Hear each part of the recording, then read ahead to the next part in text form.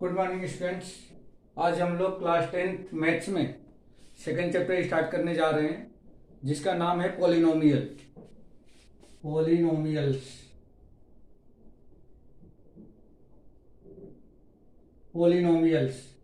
आपका ये second chapter होगा। पॉलिनोमियल चैप्टर जो है यह कोई आपके लिए न्यू नहीं है। ऑलरेडी आपने इसको 9th क्लास में पढ़ के आए हैं। उसके पहले भी कुछ ना कुछ इसके बारे में इंट्रोडक्शन हुआ होगा। एक्चुअल में पॉलिनोमियल होता क्या है, थोड़ा सा मैं आपको रिव्यू दे देना चाहता हूँ ओवरऑल। पॉलिनोमियल वह अलजेब्रिक एक्सप्रेशन होता है जिसमें उसके वेरिएबल्स की जो पावर्स हैं वह हमेशा पॉजिटिव इंटीजर्स होनी चाहिए। अगर ऐसा अलजेब्रिक एक्सप्रेशन जिसमें वेरिएबल्स की पावर पॉजिटिव इंटीजर्स हैं तो वह अलजेब्रिक एक्सप्रेशन पॉलिनोमियल कहलाता है। 10th क्लास में हम लोगों का जो पॉलिनोमियल चैप्टर दिया गया है यह पॉलिनोमियल क्वाड्रेटिक पॉलिनोमियल से रिलेटेड है। जैसे there are many types of polynomials we have studied in the class 9th। Already हम लोग बहुत सारे टाइप के पॉलिनोमियल पढ़ के आ चुके हैं, लेकिन यहाँ पे सिर्फ और सिर्फ हम लोग क्वाड्रेटिक पॉलिनोमियल के बारे में डिस्कस करेंगे। तो क्वाड्रेटिक पॉलिनोमियल क्या होता है? क्वाड्रेटिक पॉलिनोमियल की वह कैटेगरी है जिसमें उसकी जो डिग्री होती है वह 2 होनी चाहिए।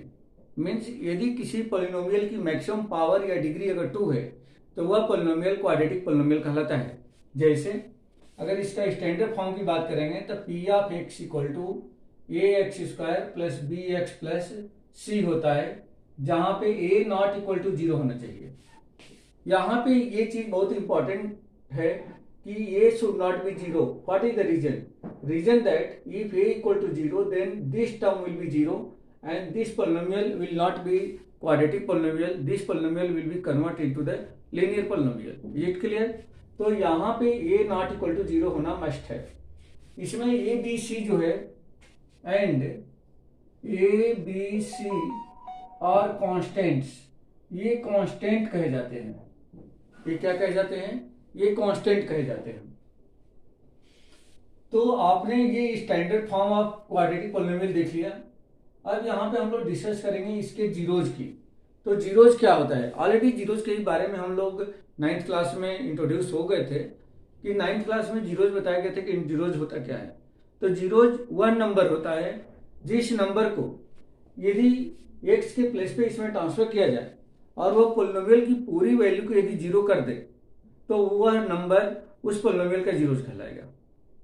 तो यहाँ पे सबसे इंपॉर्टेंट बात यह है कि कुल कितने जीरोज हो सकते हैं।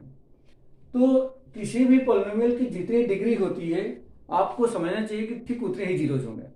अगर लीनियर पॉलिनोमियल है तो उसके जीरोज की संख्या 1 होगी, क्वाड्रेटिक है तो उसके जीरोज की संख्या 2 होगी, क्यूबिक है तो 3 होगी, डिग्री 4 में है तो 4 होगी, डिग्री 5 में है तो 5 होगी। It clear? सबको ये बात क्लियर हो जानी चाहिए कि जितने डिग्री उतने ही नंबर ऑफ जीरोज होंगे। तो कहने का मतलब ये हो गया कि क्वाड्रेटिक पॉलिनोमियल में जो जीरोज की संख्या होगी वह 2 होगी, क्योंकि इसकी डिग्री क्या है? 2 है। ठीक है। तो zeros of quadratic polynomial, zeros of quadratic polynomial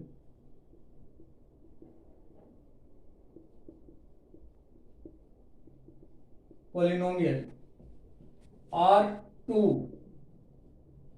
quadratic polynomial के जीरोज की संख्या कितनी है? 2 है and denoted by alpha and beta. This sign read as alpha and this sign read as beta. इसको अल्फा और बीटा से हम लोग डिनोट करते हैं। अब यहाँ पे ये देखना है कि अगर ये जीरोज अल्फा और बीटा है तो एक्चुअल में अल्फा बीटा है क्या। मीन्स अगर इस पॉलिनोमियल को सिंप्लीफाई किया जाए और उसमें से एक्स की वो वैल्यूज फाइंड की जाए जो वैल्यू इस पॉलिनोमियल को सेटिस्फाइड करते हैं, उन्हीं वैल्यूज को हम लोग अल्फा और बीटा कहेंगे। किसी भी एक नंबर को अल्फा, किसी दूसरे नंबर को बीटा कह सकते हैं, या दूसरे वाले को अल्फा, पहले वाले को बीटा कह सकते हैं। There is no issue. Okay. तो ये नंबर क्या कहे जाते हैं? ये नंबर जीरोज कहे जाते हैं। अब यहाँ पे सिंपल बात यह है कि how to find the zeros. आप जीरोज फाइंड कैसे करेंगे? तो जीरोज फाइंड करने का हमारे पास एक तरीका है जो इसको फैक्टराइजेशन मेथड से हम लोग फाइंड कर सकते हैं। तो आप यहाँ पे नोट में लिख सकते हैं, note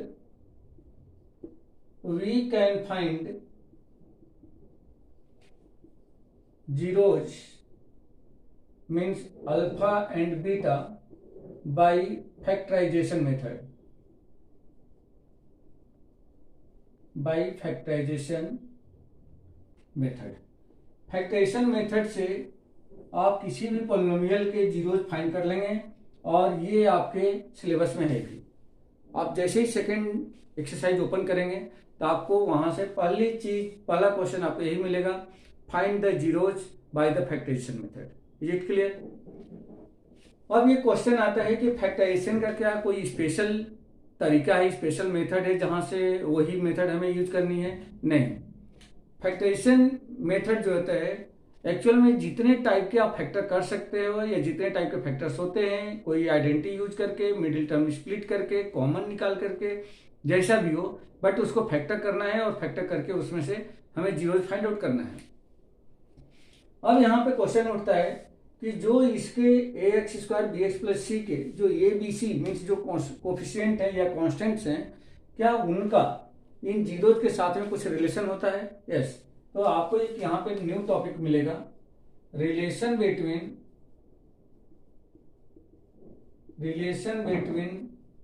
zeros and it's coefficients. Coefficients और जीरोज में क्या रिलेशन है? तो यहाँ पे दो टाइप का रिलेशन हमें बताया गया है। पहला टाइप का जो रिलेशन है वो है, उसको बोलते हैं हम लोग sum of zeros. Sum of zeros means alpha plus beta. Alpha plus beta equal to होता है -b/a। तो -b/a क्या है? b क्या है? b is the coefficient of x and a is the coefficient of x² in the standard form of the polynomial, quadratic polynomial. ठीक है, तो यहां से पहला हमें ये रिलेशन मिला, alpha plus beta equal to -b/a। And second, product of zeros, product of zeros ये होता है alpha into beta equal to c/a।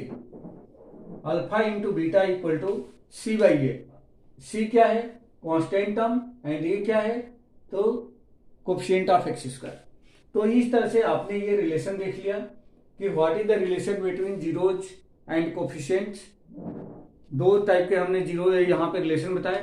पहला रिलेशन हमने बताया सम ऑफ जीरोज और दूसरा बताया हमने प्रोडक्ट ऑफ जीरोज, जिसमें alpha plus beta equal to -b/a and alpha into beta equal to c/a। ठीक है, तो इस तरह से आपने देख लिया कि what is the relation between zeros and coefficients. अब नेक्स्ट क्वेश्चन ये राइज होता है कि अगर हमारे पास पॉलिनोमियल है तो हम वहां से उसके जीरोज तो फाइंड कर सकते हैं, लेकिन क्या अगर जीरोज दिए गए हों तो हम पॉलिनोमियल भी फाइंड कर सकते हैं? Yes.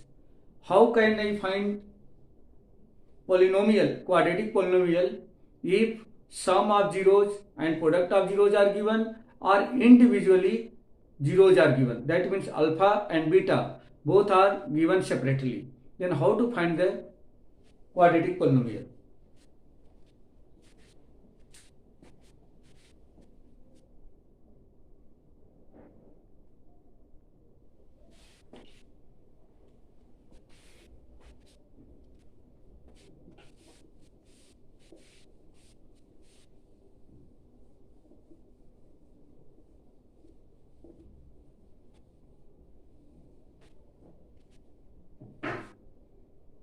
Formation of quadratic polynomial.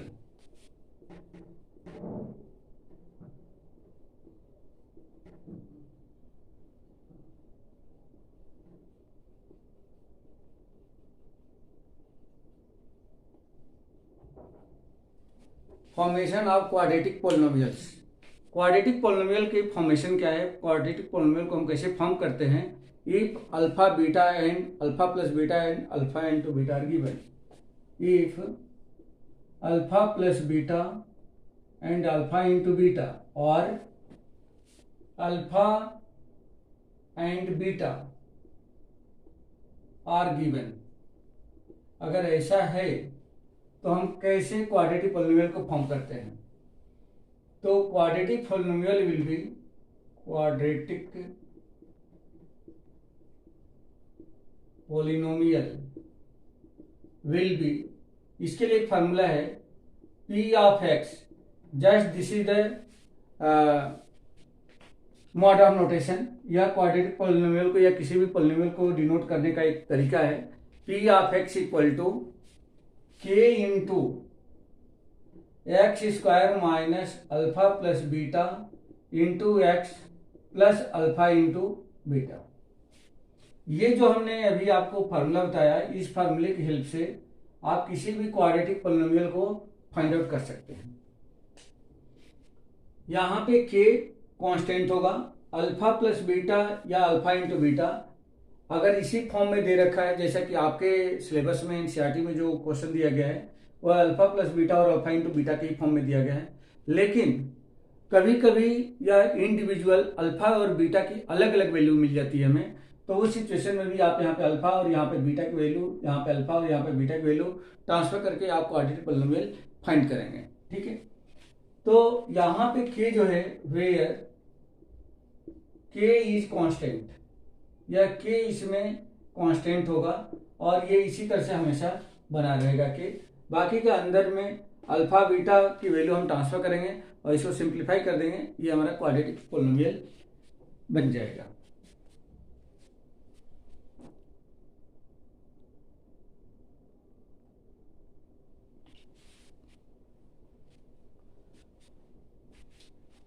अब जैसा कि आप यहाँ पे देख रहे हैं कि क्वाड्रेटिक पॉलिनोमियल हमने फॉर्म कर लिया। क्वाड्रेटिक पॉलिनोमियल फॉर्म करने के बाद जो भी इक्वेशन हमें मिलता है, तो बहुत सारे स्टूडेंट कंफ्यूज होते हैं कि यहाँ पे के क्यों लगाया गया है। तो के कांस्टेंट है क्योंकि सेम टाइप के पॉलिनोमियल, बहुत सारे पॉलिनोमियल हम बना सकते हैं जिसमें सिर्फ कांस्टेंट को चेंज करके बहुत सारे पॉलिनोमियल, इनफाइनाइट पॉलिनोमियल हम बना सकते हैं, इसीलिए यहाँ पे के लगाया जाता है। अब हम लोगों को ये देखना है कि क्वाड्रेटिक पॉलिनोमियल या कोई भी क्यूबिक पॉलिनोमियल या डिग्री 4 पॉलिनोमियल या डिग्री 5 पॉलिनोमियल यदि उसके ग्राफ के फॉर्म में दिया गया हो और हमें ये नहीं पता है कि उसकी डिग्री कितनी है, तो हम कैसे पता करें कि उसमें कुल नंबर ऑफ जीरोज कितने हैं। जैसे मान लीजिए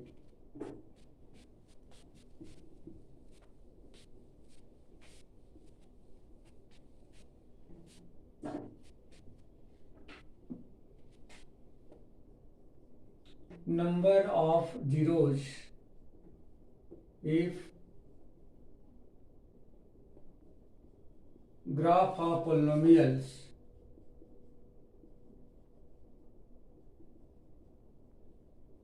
are given। Number of zeros कुल कितने होंगे, कैसे हम लोग निकालेंगे। जैसे मान लीजिए एक ग्राफ यहां दिया गया, एक ऐसे दिया गया है, यहां पे दे दिया गया,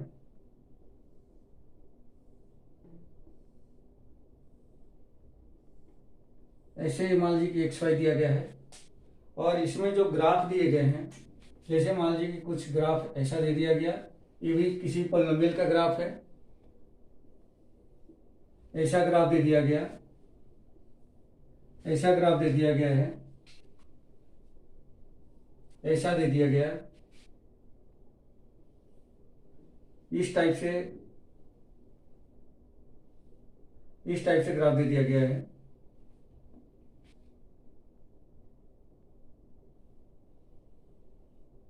ऐसा दे दिया गया, तो इस सिचुएशन में कुल कितने नंबर ऑफ जीरोज हैं, अगर ये आपको कैलकुलेट करना है तो आपको सबसे पहले ये देखना होगा कि ये जो भी ग्राफ है, जो रेड कलर से मैंने ड्रॉ किया है, ये जो भी ग्राफ है, यह ग्राफ एक्स एक्सिस को कुल कितने पॉइंट पर इंटरसेक्ट करता है।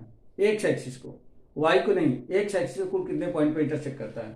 तो जैसे कि आप यहाँ देख रहे हैं कि यह एक्स एक्सिस को 1 2 ये 2 पॉइंट पर इंटरसेक्ट करता है, तो इसमें एक पॉइंट ये है, दूसरा पॉइंट ये है, तो इसमें जीरोज की संख्या कितनी होगी, नंबर ऑफ जीरोज इसमें 2 होगी। यहां पे नंबर ऑफ जीरोज कितने होंगे, नंबर ऑफ जीरोज 1 1 2 3 एंड 4, तो ये हो जाएगी 4। इसमें नो जीरोज, कोई भी जीरोज नहीं है, क्योंकि ये जो ग्राफ है एक्स एक्सिस को किसी भी पॉइंट पर नहीं तो टच कर रहा है और नहीं इंटरसेक्ट कर रहा है। इसमें नंबर ऑफ जीरोज कितने होंगे, तो नंबर ऑफ जीरोज यहाँ पे इक्वल टू 1 होंगे, क्योंकि यह सिर्फ एक पॉइंट पर इंटरसेक्ट करता है। यहाँ भी एक ही पॉइंट पर इंटरसेक्ट करता है, तो नंबर ऑफ जीरोज कितना होंगे, ये भी 1 होगा। यहाँ पे भी सिर्फ एक पॉइंट पे टच करता है तो भी ये काउंट होगा, तो number of zeros equal to ये भी 1 होगा। तो इस तरह से आपने देखा कि यदि सिर्फ ग्राफ अगर दिया गया है तो उस ग्राफ की हेल्प से हम इस तरह से नंबर ऑफ जीरोज काउंट कर सकते हैं। तो आपकी जो एक्सरसाइज 2.1 है उसमें इसी टाइप से ग्राफ दिया गया है और उस ग्राफ में हमें फाइंड करना है कि नंबर ऑफ जीरोज कुल कितने हैं। तो आप उस एक्सरसाइज को आप लोग कंप्लीट कर लेंगे। कल से नेक्स्ट वीडियो में हम लोग एक्सरसाइज 2.2 को डिस्कस करेंगे। Thank you.